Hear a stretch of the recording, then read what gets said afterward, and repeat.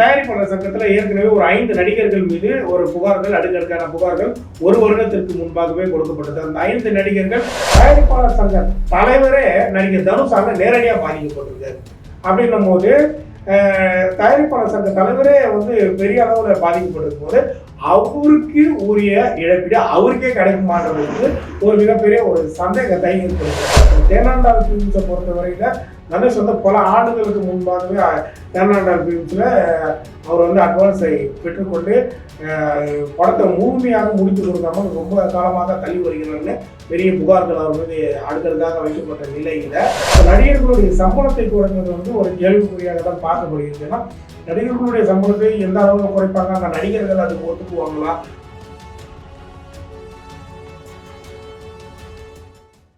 கேடகம் நேயர்களுக்கு வணக்கம். இன்று தமிழ் சினிமாவில் ஒரு மிகப்பெரிய ஒரு பரபரப்பான சூழ்நிலை ஏற்பட்டிருக்கு. 2 நாட்களாகவே நடிகர் சங்கத்துக்கும் தயாரிப்பாளர் சங்கத்துக்கும் ஒரு மிகப்பெரிய வார்த்தை போர் போயிருந்தது. அந்த வார்த்தை போர் இன்று காலை நடைபெற்ற தயாரிப்பாளர் சங்க கூட்டத்தில் வாக்குவாதமாக மாறி இருக்குன்னு சொல்லலாம். இதனால வாக்குவாதம் ஏற்பட்டது. நடிகர் சங்கத்துக்கும் தயாரிப்பாளர் சங்கத்துக்கும் என்ன பிரச்சனை? இந்த நடிகர் சங்கத்துக்கும் தயாரிப்பாளர் சங்கத்துக்குமான பிரச்சனையில எந்த நடிகர்கள்லாம் ஈடுபட்டிருக்காங்க, அதனால தயாரிப்பாளர்களுக்கு எது மாதிரியான பாதிப்புகள் ஏற்பட்டதுன்றதை குறித்து தான் இந்த காணொலியில முழுசா பார்க்க போறோம். அதாவது சென்னை தயாரிப்பாளர் சங்கத்தில் ஏற்கனவே ஒரு 5 நடிகர்கள் மீது ஒரு புகார்கள், அடுக்கடுக்கான புகார்கள் ஒரு வருடத்திற்கு முன்பாகவே கொடுக்கப்பட்டது. அந்த 5 நடிகர்கள் நடிகர் தனுஷ், சிலம்பரசன், யோகி பாபு, அதர்வா முரளி, நடிகர் விஷால் போன்ற 5 நடிகர்கள் மீது ஒரு மிகப்பெரிய ஒரு மோசடி புகாரும் படத்திற்கு சரியான ஒத்துழைப்பு வழங்காத புகாரும் தயாரிப்பாளர்கள் தரப்புல, அந்தந்த திரைப்படத்தின் தயாரிப்பாளர் தரப்புல கொடுக்கப்பட்டது. அதற்கான உரிய விசாரணை உடனடியாக தயாரிப்பாளர் சங்கம் மேற்கொள்ள வேண்டும் என பாதிக்கப்பட்ட தயாரிப்பாளர்கள் கோரிக்கை வச்சிருந்தாங்க ஒரு வருடத்திற்கு முன்பு. அந்த ஒரு வருடத்திற்கு முன்பு வைத்த கோரிக்கையில எந்த ஒரு செயலும் இல்லாம, செயல்படும் இல்லாம அந்தந்த நடிகர்கள் அவர்களுக்கான திரைப்படத்தில் நடித்து கொண்டு தான் இருந்தாங்க. அவர்களுடைய பணத்தை சம்பாதித்து கொண்டு தான் இருந்தாங்க. அதனால ஒரு பெரிய அளவுல ஒரு வரவேற்பு இல்லாத சூழ்நிலை தான் தயாரிப்பாளர் சங்கத்துக்கு பாதிக்கப்பட்ட தயாரிப்பாளர்களுக்கு இருந்ததுன்னு சொல்லலாம். பாதிக்கப்பட்ட தயாரிப்பாளர்கள் தரப்புல இந்த மாதிரியான திரைப்படங்கள் நடிகர்களுக்கு ஒரு ரெட் கார்டு போடணும்னு சொல்லியிருந்தாங்க. ரெட் கார்டு போட்டு விதிக்கும் பட்சத்தில் அந்த நடிகர்கள் அடுத்தடுத்த திரைப்படங்கள்ல நடிக்கக்கூடாதுன்னு ஒரு விதிமுறைகள்லாம் பரவலாக பேசப்படக்கூடிய ஒரு தகவலாகவே இருக்கு. இந்த நிலையில பாதிக்கப்பட்ட தயாரிப்பாளர்கள் இன்று ஒரு பெரிய வாக்குவாதத்தில் ஈடுபட்டிருக்காங்க. ஏன்னா நடிகர் தனுஷ் போன்ற நடிகர்கள் இனி வரக்கூடிய திரைப்படங்கள்ல எந்த திரைப்படமாக இருந்தாலும் அந்த திரைப்படத்தை தூங்கக்கூடிய தயாரிப்பாளர் சங்கத்தை அணுக வேண்டும். அந்த தயாரிப்பாளர் சங்கத்தை அணுகி அங்க விளக்கங்கள் கேட்ட பிறகுதான் நடிகர் தனுஷ் அவர்களுடைய திரைப்படத்தை துவங்க வேண்டும் என்ற ஒரு தீர்மானமும் நிறைவேற்றிவிட்டாங்க. அதே நேரத்தில் இந்த 5 நடிகர்களுடைய பிரச்சனையை மட்டும் அவங்க மூலதனமா எடுத்து செயல்படாம ஒட்டுமொத்த தயாரிப்பாளர் சங்கத்திற்கு வந்திருக்கக்கூடிய ஒட்டுமொத்த பிரச்சனையும் இதுல அவங்க மூலதனமா எடுத்து பண்ணியிருக்காங்கன்னே சொல்லலாம். ஒட்டுமொத்தமாக எடுத்து அவர்கள் அதற்கான அந்த பிரச்சனைகளுக்கான விளக்கங்களோ இதற்கான தீர்வுகளோ என்னன்றது இன்னைக்கு நடந்த ஆலோசனை கூட்டத்தில் அவர்கள் ஒரு முடிவு எடுத்திருக்காங்க. இதற்கு நடிகர் தனுஷ் மீது, குறிப்பாக தனுஷ் மீது ஒரு பகிரங்கமான குற்றச்சாட்டு ஏற்கனவே இருக்கும்போது நடிகர் தனுஷ் அவர்கள் அடுத்தடுத்த திரைப்படங்களில் நடிக்கணும்னா அந்த திரைப்படத்தை துவங்கக்கூடிய தயாரிப்பாளர் சங்கத்தை அழைக்கி விளக்கத்தை பெற்றுக்கொண்ட பிறகுதான் அந்த திரைப்படத்தை துவங்க வேண்டும் என்று சொன்னது. நடிகர் தனுஷ் அவர்களுக்கு எதிராக தயாரிப்பாளர் சங்கத்தை சார்ந்தவர்கள் திரும்பியதும் நடிகர் சங்கத்தை சார்ந்தவர்கள் மிகப்பெரிய ஒரு திருப்தியை தான் ஏற்படுத்திச்சுன்னே சொல்லலாம். அதன் காரணமாகவே தயாரிப்பாளர் சங்கத்தை சார்ந்தவர்கள் நடிகர் சங்கத்தை எந்த ஒரு அறிக்கையும் தெரிவிக்கல, எந்த ஒரு ஆலோசனையும் பெறாம இது மாதிரியான ஒரு அறிக்கையை தயாரிப்பாளர் சங்கம் வெளியிட்டு சொல்லி நடிகர் சங்கத்தை சார்ந்த பொதுச் செயலாளர்கள் கார்த்தி அவர்கள் தெரிவிச்சிருந்தாங்க. அதற்கான செய்தியாளர் சந்திப்பெல்லாம் நம்ம பார்த்துருப்போம்.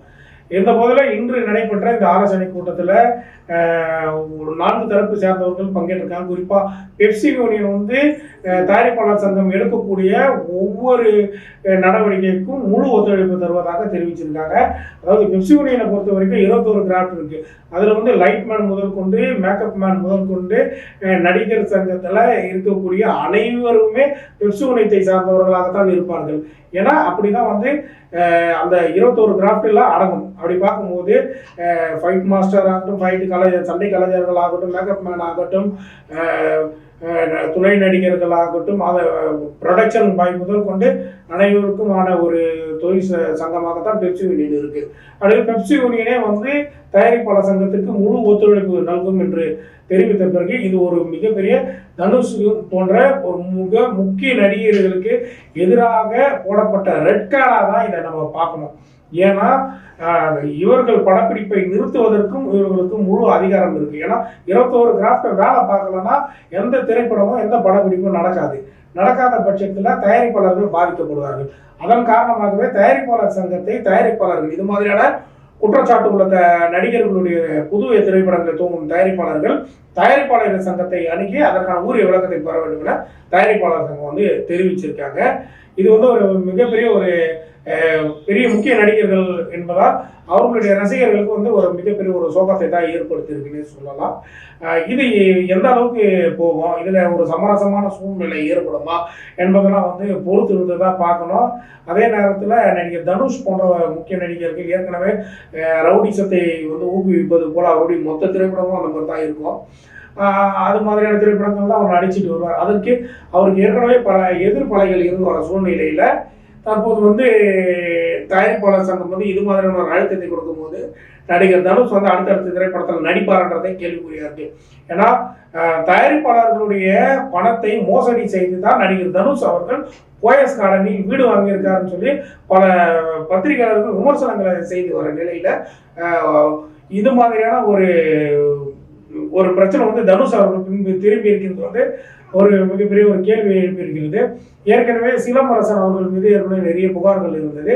அதனை தொடர்ந்து அவர் வந்து பல விளக்கங்களை கொடுத்துட்டு தொடர்ந்து திரைப்படங்களை ஹிட்டான திரைப்படங்கள்லாம் கொடுத்து கொஞ்சம் கொஞ்சமாக மேலே வந்துட்டு இருக்காரு.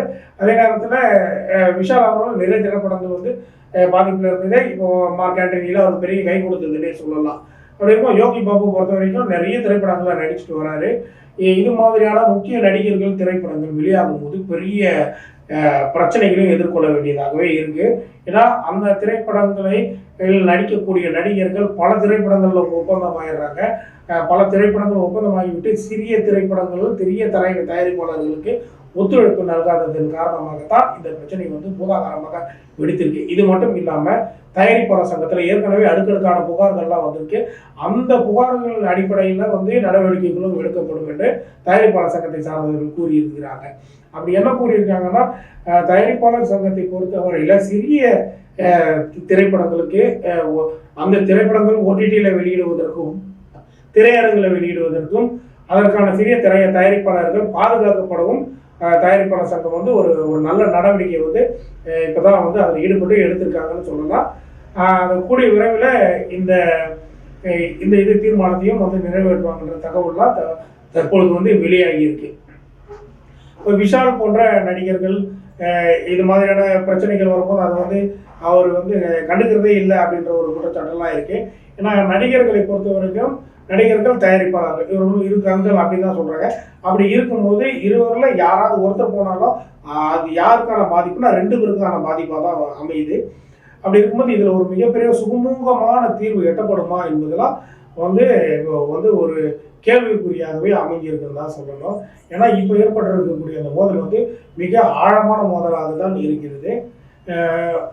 ஊரிய விளக்கங்கள் ஊரிய இழப்பீடுகள் அந்தந்த பாதிக்கப்பட்ட தயாரிப்பாளர்களுக்கு கொடுத்தால் மட்டுமே இதுக்கு ஒரு உரிய தீர்வு கிடைக்கும் என்பது சினிமா விமர்சகர்களின் கருத்தாகவே இருக்கிறது. குறிப்பாக இந்த விவகாரத்தில் நம்ம பார்த்தோம்னா 5 ஸ்டார் கதிரேசன் அவர்கள் வந்து ஏற்கனவே தயாரிப்பாளர் சங்கத்தில் வந்து புகார்களை கொடுத்திருந்தாரு. மெர்சல் திரைப்படத்தில் ஏற்பட்ட பிரச்சனைகள் வந்து அதற்கான ஊரிய தீர்வும் வந்து கிடைக்காத பட்சத்தில் அந்த தயாரிப்பாளர் வந்து மிகப்பெரிய அளவில் பாதிக்கப்பட்டிருக்காரு அப்படின்னு வந்து அந்த கருத்துக்கள் சொன்னாங்க.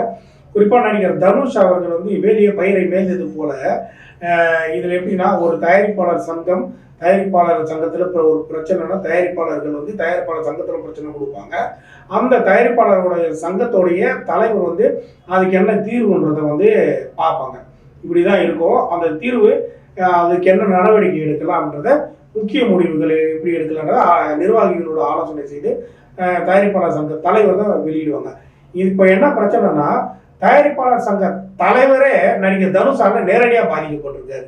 அப்படின்னும் போது தயாரிப்பாளர் சங்க தலைவரே வந்து பெரிய அளவில் பாதிக்கப்பட்டிருக்கும் போது அவருக்கு உரிய இழப்பீடு அவருக்கே கிடைக்குமான்றது வந்து ஒரு மிகப்பெரிய ஒரு சந்தேகத்தை ஏற்படுத்தியிருக்கு. ஏன்னா தனுஷ் எல்லா இடத்துலையும் விளையாடுறது இல்லாமல் தயாரிப்பாளர் சங்கத்துடைய தலைவர்கிட்டயே விளையாடி இருக்காரு. அதனால வந்து இந்த விவகாரம் வந்து மேன்மேலும் வந்து ஒரு ஒரு ஒரு பூதாகரமாக மாறி இருக்குன்னு தான் சொல்லலாம். தேனாண்டாள் ஃபிலிம்ஸை பொறுத்த வரையில் தனுஷ் வந்து பல ஆண்டுகளுக்கு முன்பாகவே தேனாண்டாள் ஃபிலிம்ஸில் அவர் வந்து அட்வான்ஸை பெற்றுக்கொண்டு படத்தை முழுமையாக முடித்து கொடுக்காமல் ரொம்ப காலமாக தள்ளி வருகிறார்னு பெரிய புகார்கள் அவர் மீது அடுக்கடுக்காக வைக்கப்பட்ட நிலையில் இதில் வந்து எந்த ஒரு சுமூகமான தீர்வும் எட்டப்படாமல் அதே நேரத்தில் அதுக்கு ஒரு முடிவும் எட்டப்படாமல் தொடர்ந்து இருந்ததன் காரணமாகவே தயாரிப்பாளர் சங்க தலைவர் வந்து பொறுத்து பார்த்து பொங்கி எழுந்துட்டாருன்னு சொல்லலாம். இப்போ ஏற்பட்டிருக்கக்கூடிய பிரச்சனை தயாரிப்பாளர் சங்க தலைவருடைய பிரச்சனை மட்டும் இல்லாமல் ஒட்டுமொத்த தயாரிப்பாளர்களுடைய பிரச்சனையாகவே மாறி இருக்குன்னு சொல்லலாம். அதே நேரத்தில் பெரிய நடிகர்கள் திரைப்படத்திற்கு பெரிய அளவில் வரவேற்பு இருக்கும், சிறிய நடிகர்கள் திரைப்படத்துக்கு சிறிய அளவில் வரவேற்பு இருக்குன்றது பொதுவான கருத்தாக இருந்தாலும் பெரிய நடிகர்கள் திரைப்படத்திற்கு திரையரங்குகள் பெரிய அளவில் கிடைக்கும், சிறிய நடிகர்கள் திரைப்படத்திற்கு திரையரங்குகள் சொற்பமான அளவிலே தான் கிடைக்கும். இப்போ அதற்கான தீர்வு வந்து பார்க்க ஆரம்பிச்சிருக்காங்க தயாரிப்பாளர் சங்கம்.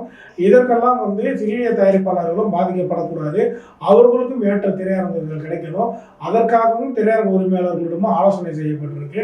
இது மாதிரி ஒட்டுமொத்தமாக தயாரிப்பாளர் சங்கம் ஒட்டுமொத்தமாக இப்போ சினிமா துறையில் இருக்கக்கூடிய நடிகர்களுடைய பிரச்சனை மட்டும் இல்லாமல் தயாரிப்பாளர்களுடைய பிரச்சனை இல்லாமல் அனைவருடைய பிரச்சனையும் வந்து எடுத்து ஒரு எல்லாரும் ஒன்றிணைஞ்சு செயல்படுறது வந்து ஒரு பாராட்டுக்குரியதாகவே தான் பார்க்கப்படுது. இதில் என்னன்னா அந்த நடிகர்களுடைய சம்பளத்தை குறைக்க நடவடிக்கைகளை வந்து மேற்கொள்ளணும் அப்படின்னு சொல்லி தயாரிப்பாளர்கள் வந்து தரப்புல வந்து தெரிவிச்சிருக்காங்க. அதாவது நடிகர்களுடைய சம்பளத்தை வந்து குறைக்கணும்னா நடிகர் விஜய்லாம் வந்து பார்த்தீங்கன்னா 200 கோடி வாங்கிட்டு இருக்காரு, நடிகர் அஜித் 150 கோடி மேலே வாங்கிட்டு இருக்காரு, ரஜினிகாந்த் 100 கோடி மேலே வாங்கிட்டு இருக்காரு, புதிய நடிகர் தனுஷ் அவர்களே வந்து 100 கோடி 60 கோடி இப்போ வந்து அவர்கள் வந்து சம்பளம் வாங்கி கொள்ளும் போது இப்போ நடிகர்களுடைய சம்பளத்தை குறைப்பது வந்து ஒரு கேள்விக்குறியாக தான் பார்க்கப்படுகிறது. ஏன்னா நடிகர்களுடைய சம்பளத்தை எந்த அளவில் குறைப்பாங்க, அந்த நடிகர்கள் அதுக்கு ஒத்துக்குவாங்களா, அதுக்கெல்லாம் அவங்க சம்மதம் தெரிவிப்பாங்களான்றதெல்லாம் வந்து மிகப்பெரிய ஒரு கேள்விக்குறியாக தான் அமைந்து இருக்கிறதுன்னு சொல்லலாம். அதே நேரத்தில் நடிகைகளை பொறுத்தவரை நடிகைகள் அந்த படப்பிடிப்பிற்கு வரும்போது நடிகைகளுக்கு பாதுகாப்பாக ஒரு 10 பவுன்சர்கள் வழங்குற ஒரு புகார்கள் நடிகை நயன்தாரா மீதெல்லாம் நேரடியாகவே புகார்கள்லாம் கொடுக்கப்பட்டிருக்கு. 10 பவுன்சர்களுக்கும் சேர்த்து தயாரிப்பாளர்களை செலவிட செய்ய வேண்டியதாக இருக்கு.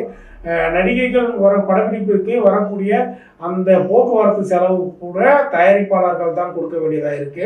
அதே நேரத்தில் தயாரிப்பாளர்கள் ஒட்டுமொத்தமாக நடிகைகளுக்கு என்னென்ன தேவைகள் இருக்கோ அந்த படத்தை முடித்து தரும் வரை அனைத்து செலவுகளையும் தயாரிப்பாளர் தலையிலே போடப்படுதுன்றத ஒரு பெரிய கேள்வியாக முன்னெழுப்பி இதற்கெல்லாம் ஒரு முக்கிய தீர்வு எட்டப்பட வேண்டும்னு ஒரு மிகப்பெரிய ஒரு அளவில் ஒரு தீர்மானத்தையும் நிறைவேற்றிருக்காங்க. இதற்கே அனைத்து சங்கங்களும் ஒத்துழைப்பு தந்தது வந்து மிகப்பெரிய வரவேற்புக்குரியதாக சினிமா விமர்சகர் தரப்புல பார்க்கப்படுது. இந்த நிலையில வந்து இதற்கெல்லாம் ஒரு மிகப்பெரிய ஒரு தீர்வு எட்டப்பட்டால் மக்களுக்கு பார்க்கக்கூடிய அந்த திரையரங்க டிக்கெட் விலையும் குறைக்கப்படவும் வாய்ப்பு இருக்குன்றது தான் ஒரு பொதுவான கருத்தாகவே பார்க்கப்படுகிறது. வணக்கம்.